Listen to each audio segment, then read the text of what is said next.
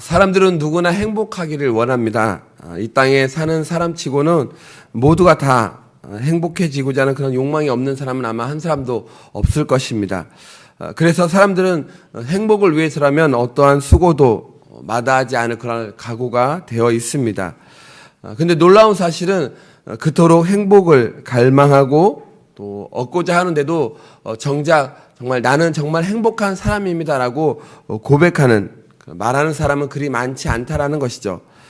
대부분의 사람들이 나는 불행하지도 않지만 그렇다고 행복하지도 않다라고 이렇게 생각하고 있거나 지금보다 조금 더 행복하게 살았으면 하는 그런 바람을 가지고 살아간다는 것입니다. 또 사람들은 무언가 얻는 것을 소유하면 행복해질 것으로 하는 그런 생각하는 경향이 있습니다. 근데 여러분, 인간의 욕망은 끝이 없는 것을 우리 모두가 잘 알고 있습니다. 하나를 가지고 있으면 또 둘을 가지고 싶어하는 그런 욕망이 있고, 또 둘을 가지고 있으면 열을 가지고 싶어 하기 때문에 아무리 많이 가져도 결코 만족함이 없다라는 것이죠. 더구나 현대인들은 자기와 다른 사람을 비교하기 때문에 진정한 행복을 누리지 못합니다. 날씨에 따라 기분이 바뀌듯이 세상이 주는 그런 행복은 환경과 또 여건에 따라서 좌지우지 되지만 성경은 우리에게 상대적인 행복이 아니라 바로 절대적인 행복에 대해서 말해주고 있습니다. 이 행복은 우리가 처한 어떤 환경이나 여건에 영향을 받지 않는 행복입니다. 오늘 말씀을 통하여서 어떠한 사람이 정말 행복한 사람인지 함께 은혜를 나누고자 합니다. 먼저 행복한 사람은 하나님을 자기 하나님으로 섬기는 사람입니다. 이스라엘 백성들이 애굽에서 종살이 하였을 적에 하나님께서는 모세를 바로 왕에게 보냅니다. 그리고 모세는 이 바로에게 이스라엘 민족을 놓아줄 것을 요청을 하지만 바로는 한마디로 딱 잘라서 거절하죠. 이에 하나님은 이집트에 10가지 재앙을 내리시게 됩니다. 그리고 마지막 10번째 재앙인 장자의 죽음을 당하는 그런 재앙에 굴복하여서 바로는 이스라엘 백성들을 놓아주게 됩니다. 그런데 고센 땅에서 출발한 이 이스라엘 자손이 홍해 앞에 이르러서 광야에 갇혔다는 그런 보고를 받았을 때 바로의 마음이 변하게 됩니다. 그래서 애굽의 병거와 또 모든 마병을 거느리고 이스라엘 민족을 추격해 가게 됩니다. 앞에는 넘실대는 홍해요, 또 뒤에는 주위에는 끝없는 광야입니다. 이 위기에서 하나님께서는 우리가 잘 알다시피 홍해를 갈라서 이스라엘 자손들을 무사히 건너가게 하시고 뒤쫓아오던 애굽의 모든 병거와 또 모든 마병들을 다 홍해에 가라앉게 하십니다. 또 40년 동안 광야 생활을 할 때도 농사도 지을 수 없고 또 어떠한 일도 할 수 없었지만 하나님께서 만나를 내려 주셔서 먹이시고 또 그들이 입은 의복이 해이지 않도록 해주셨습니다. 낮에는 구름 기둥으로 뜨거운 햇빛을 가려주셨고 또 밤에는 불 기둥으로 광야의 추위를 막아주셨습니다. 이처럼 이스라엘 자손이 체험한 기적들을 다 열거하려면 아마 시간이 모자랄 것입니다. 그런데 이스라엘 자손은 이와 같으신 하나님을 자기의 하나님으로 섬겼으니 얼마나 행복한 사람인지를 모릅니다. 오늘 본문은 모세가 이스라엘 자손에게 한 그런 고별사의 맨 마지막 부분입니다. 그는 이스라엘 자손에게 이렇게 말합니다. 여수론이여 하나님 같은 이가 없도다 라고 하면서 이스라엘이여 너는 행복한 사람이로다. 여호와의 구원을 너같이 얻은 백성이 누구냐라고 이렇게 말함으로써 그들이 누리는 행복의 근거가 무엇인지 일깨워 주고자 했습니다. 그 당시 이방인들이 섬기던 신들은 다 사람들이 상상 속에서 만들어낸 그런 신에 불과했습니다. 그 신들은 말도 하지 못하고 또 움직이도 못하는 그런 우상들로서 섬기는 자들의 기도를 듣지도 못하고 또 그들을 위기에서 구원할 수 없는 그러한 신이었습니다. 오늘날 세상 사람들이 섬기는 신들은 다 사람들이 지어낸 것에 불과합니다. 또한 그 배후에는 귀신들이 역사하고 있어서 그것들을 섬기는 자들을 멸망에 떨어지게 합니다. 그러나 저와 여러분들은 어떻습니까? 천지를 지으신 하나님을 섬기고 있으니 행복한 사람이 아닐 수 없습니다. 그리고 하나님을 섬기는 사람들은 죄사함의 은총을 받았기 때문에 행복합니다. 여러분, 인생의 불행이 어디에서 시작된다라고 생각이 되십니까? 물질이 많다가 물질이 적은 것에 있어서 인생이 불행하다고 생각되십니까? 아니면 높은 지위에 있다가 혹은 높은 신분에 있다가 낮은 위치에 있을 때 인생이 불행하다고 생각이 되십니까? 그것이 아니죠. 인생의 불행의 시작은 바로 죄로부터 시작이 됩니다. 우리가 잘 아시다시피 창세기 3장에서는 그 죄에 대한 것들이 참 많이 나오죠. 인류의 조상 아담과 하와가 처음에는 이 에덴 동산에서 참 행복하게 살았습니다. 그런데 하루는 간교한 뱀이 하와에게 다가와 말을 건넵니다. 하나님이 참으로 너희에게 모든 나무의 열매를 먹지 말라 하시더냐? 라고 이렇게 질문하죠. 이 질문을 보면 뱀이 하와로 하여금 하나님을 의심하게 만들려는 어떤 악한 의도를 가지고 있음을 엿볼 수 있습니다. 그런데 불행하게도 하와는 이 뱀의 말에 넘어가고 맙니다. 그래서 이 뱀과 말을 주고받죠. 동산 나무의 열매를 우리가 먹을 수 있으나 동산 중앙에 있는 나무의 열매는 하나님의 말씀에 너희는 먹지도 말고 만지지도 말라. 너희가 죽을까 하노라 하셨느니 라고 말합니다. 그러자 뱀이 하와에게 다시 말합니다. 너희가 결코 죽지 아니하리라. 너희가 그것을 먹는 날에는 너희 눈이 밝아서 하나님과 같이 되어 선악을 알 줄을 하나님이 아심이라 라고 이렇게 이야기합니다. 뱀의 말을 듣고 하와가 그 나무의 열매를 보니까 정말 먹음직도스럽고 또 보암직도스럽고 또 지혜롭게 할 만큼 그렇게 탐스럽다는 그런 나무로 보여서 그 열매를 따먹고 또 자기와 함께한 남편 아담에게도 그것을 먹게 합니다. 그 결과 어떻게 되죠? 그들은 에덴 동산에서 쫓겨나고 땀 흘려 수고해야만 식물을 먹을 수 있게 되었고 또 죽어서 흙으로 돌아가는 그런 운명을 처하게 됩니다. 그리고 아담의 후손으로 태어난 사람들은 타락한 그런 본성을 지니고 태어나게 되고 또 한평생 이 죄를 지으며 살다가 죽어서는 영원한 지옥에서 형벌을 받게 되었습니다. 결국 죄인은 하나님과 원수가 되어서 하나님의 진노 아래 놓여 있게 되었습니다. 그래서 언제나 그와 같은 버림받은 그런 심정을 가지고 죄책에 눌려서 고단한 인생을 살 수밖에 없게 되었습니다. 죄의 문제를 해결하지 않고서는 절대로 행복할 수가 없게 되었던 것이죠. 그러므로 행복하기를 원하는 사람은 먼저 자기의 죄를 해결해야만 합니다. 이를 위해서 하나님께서는 자신의 사랑하는 아들 독생자 예수 그리스도를 인간의 모양으로 이 세상에 보내주셔서 십자가에 달려 피 흘려 죽게 하셨습니다. 로마서 8장 1절에서 2절에 보면 이렇게 기록되어 있습니다. 그러므로 이제 그리스도 예수 안에 있는 자에게는 결코 정죄함이 없나니 이는 그리스도 예수 안에 있는 생명의 성령의 법이 죄와 사망의 법에서 너를 해방하였습니다. 아멘. 그뿐만이 아니죠. 예수 믿는 우리를 하나님의 자녀로 삼아 주셨습니다. 요한복음 1장 12절에 보면 영접하는 자 곧 그 이름을 믿는 자들에게는 하나님의 자녀가 되는 권세를 주셨다라고 또 말씀하고 있습니다. 과거에는 하나님과 원수지간이었지만 이제 예수 그리스도 안에서 하나님의 자녀가 되어서 하나님을 아빠 아버지로 부를 수 있게 되었다는 것이죠. 그 누구도 그 어떤 세력도 하나님의 자녀를 넘볼 수 없게 되었던 것입니다. 이제 하나님의 자녀들은 무슨 일을 만나든지 하나님께 나아가 기도할 수 있습니다. 그리고 우리가 기도할 때에 하나님께서는 응답해 주십니다. 요한복음 14장 13절에서 14절에 보면 너희가 내 이름으로 무엇을 구하든지 내가 행하리니 이는 아버지로 하여금 아들로 말미암아 영광을 받으시게 하려 함이라. 내 이름으로 무엇인지 내게 구하면 내가 행하리라고 이렇게 말씀하고 있습니다. 사랑하는 여러분, 하나님께서는 어제나 오늘이나 영원토록 살아 계시면서 여러분의 기도에 응답해 주시는 그런 분이신 줄로 믿으시기 바랍니다. 그러므로 우리는 하나님을 섬기되 지식으로만이 아니라 우리가 체험적인 그런 신앙생활을 해야 합니다. 시편 34편 8절에 보니까 너희는 여호와의 선하심을 맛보아 알지어다 라고 말씀하고 있습니다. 성경에 기록된 수많은 그런 하나님의 약속을 우리가 생활 가운데서 체험할 필요가 있습니다. 그럴 때 하나님을 섬기는 것이 얼마나 좋고 또 재미있는지 알게 되어서 더욱 하나님을 사랑하게 되고 또 헌신하게 되는 것이죠. 두 번째로 행복한 사람은 하나님의 은혜에 감사하는 사람입니다.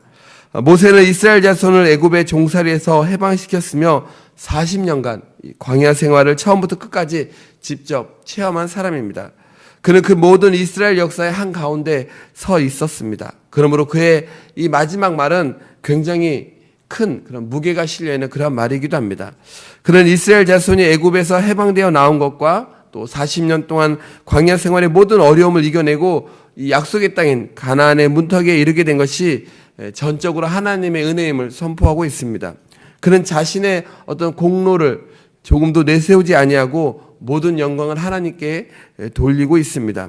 오늘 본문 말씀을 살펴보면 하나님의 은혜에 대한 감사가 넘치고 있습니다. 애굽에서 종살이하던 이스라엘 그 백성들이 무슨 수로 바로를 굴복시키고 출애굽할 수 있었겠습니까?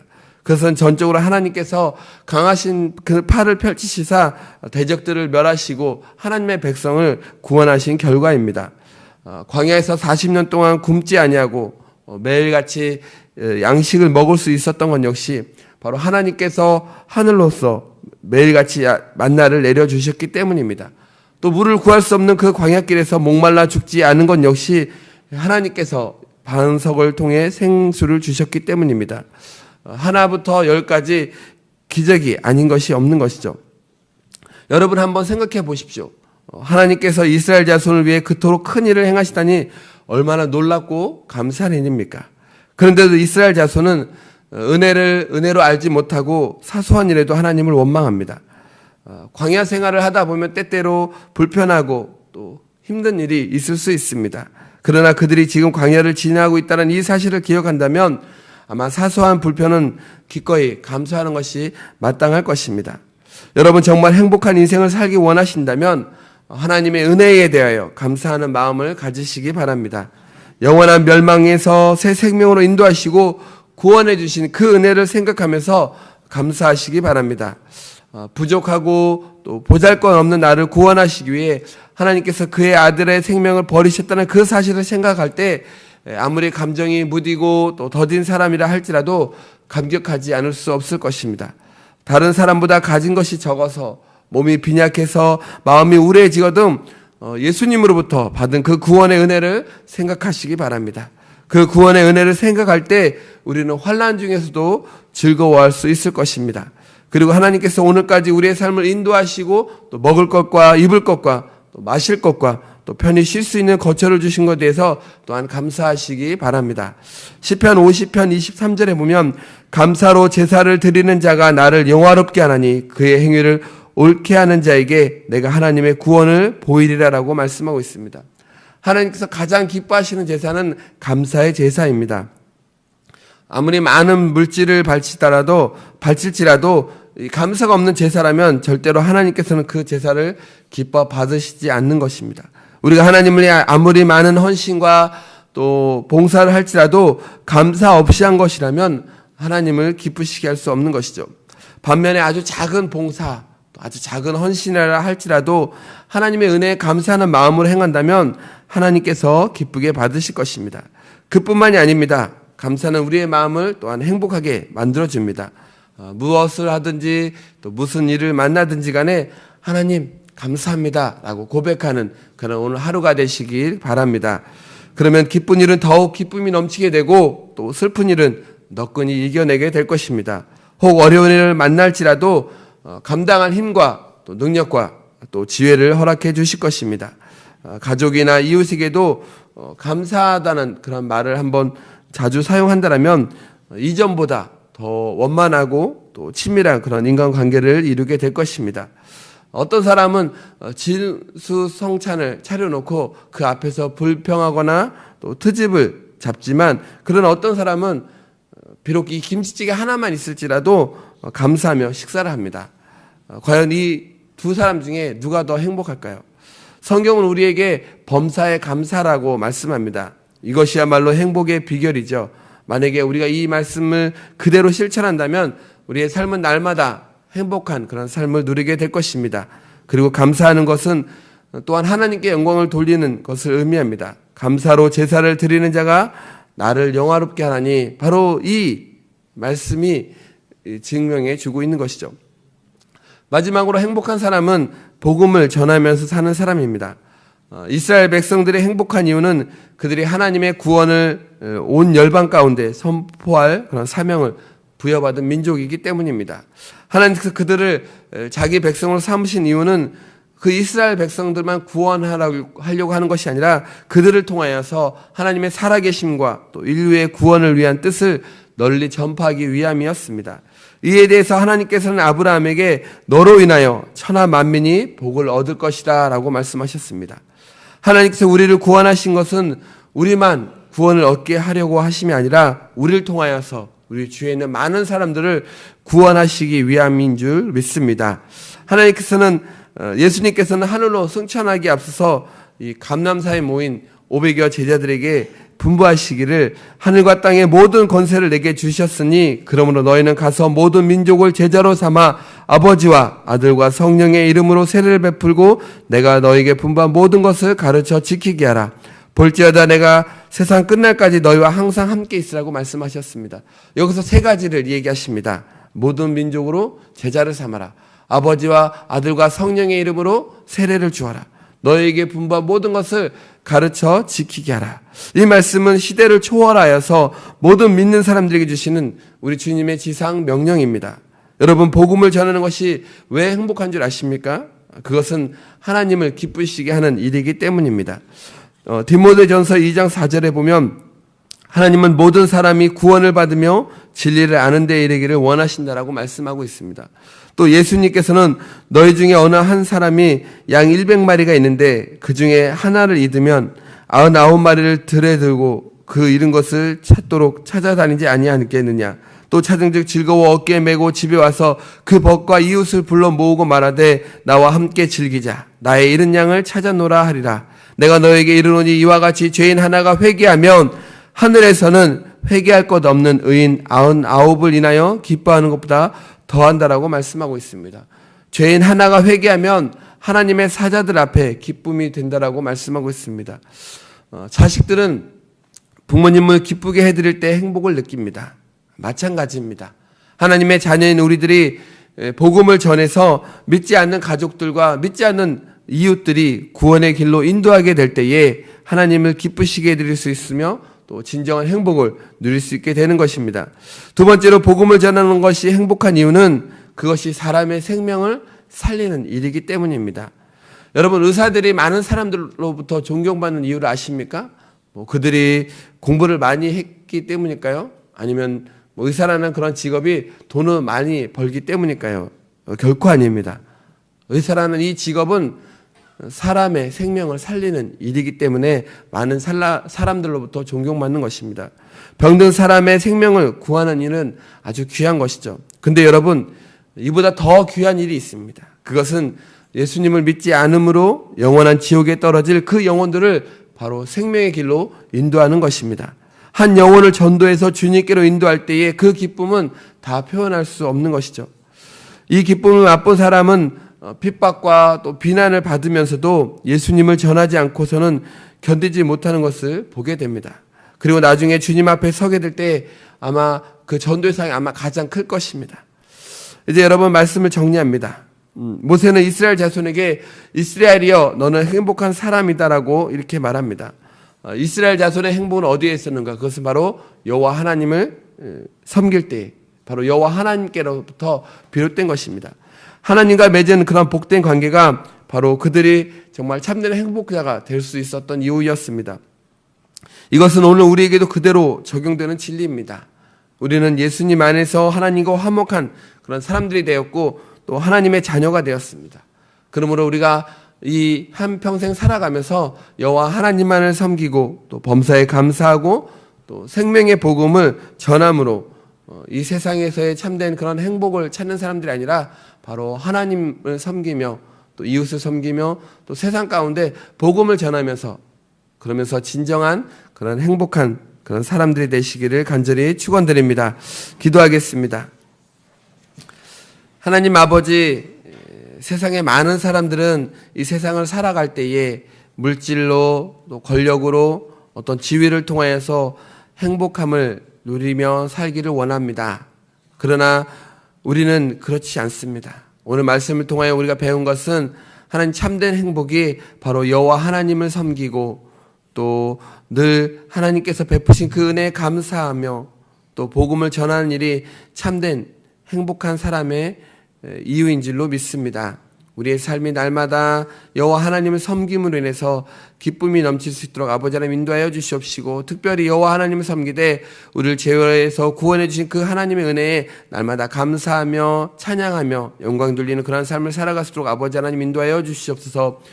우리만 구원받는 것이 아니라 아직까지도 믿지 않는 가족들이 있습니다. 또 믿지 않는 이웃들이 있습니다. 그들을 향하여 용기 내어 우리의 입술로 그들에게 예수 그리스도의 살아계심과 또 죽으심과 부활하심을 전할 수 있는, 그리스도의 사랑을 전할 수 있는 우리의 입술이 되게 하여 주시옵시고, 우리의 발걸음이 되게 하여 주시옵소서. 예수 안에서 참된 기쁨이 있고 행복이 있음을 다시 한번 우리가 깨닫게 하셨사오니, 오늘 하루 살아갈 때 주님으로 인해서 주님 안에서 행복함을 누리며 살아가는 우리 모두가 되게 하여 주시옵소서. 오늘도 우리의 삶의 터전 가운데 하나님 함께 하여 주시옵시고, 직장과 사업장과 또 우리 각 가정 가운데 하나님 늘 동행하여 주시옵시고 함께 하여 주셔서 오늘 하루 살아갈 때 주님 주시는 참된 기쁨을 인해서 감사하며 찬양하며 영광 돌리는 교고 복된 삶을 살아갈수록 아버지 하나님 인도하여 주시옵소서. 오늘 이 새벽에도 주님 의지하여 나와서 함께 간절히 각자의 기도 제목을 놓고 기도합니다. 그 기도가 속히 이루어질 수도 있지만 또 더디더라도 기도의 그 삼겹줄을 놓치지 않냐고 온전히 믿음 안에서 주님만 붙잡고 기도의 그 제목들을 하나하나 이루어갈 수 있는 우리의 믿음이 될 수 있도록 아버지 하나님 인도하여 주시옵소서. 감사합니다. 예수님의 이름으로 기도합니다. 아멘.